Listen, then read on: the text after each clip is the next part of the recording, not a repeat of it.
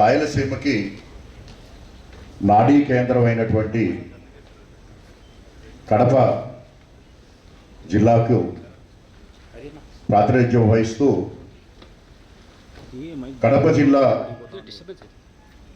రాబోయే 20-25 సంవత్సరాల్లో ఏ విధంగా ఉండబోతుంది అనేటువంటి ఒక అంశంపై ఒక స్పష్టమైనటువంటి అవగాహనతోటి నేను మీ ముందు మాట్లాడబోతున్నాను.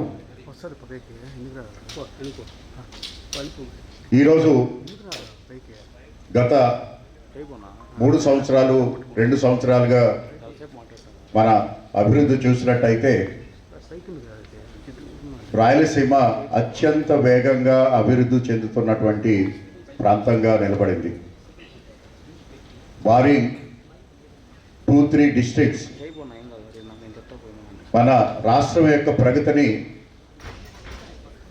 ముందుకు పరిగెత్తించడంలో మన రాయలసీమ యొక్క కాంట్రిబ్యూషను చాలా ఎక్కువగా ఉంది.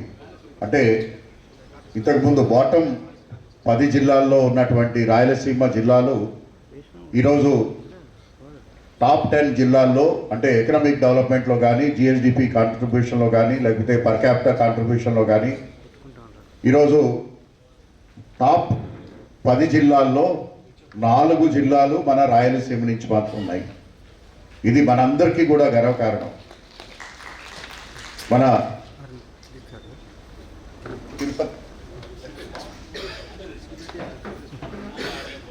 హలో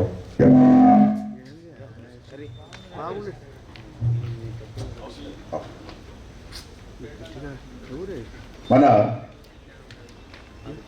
రాయలసీమలో ఉన్నటువంటి తిరుపతి, అదేవిధంగా అనంతపురము,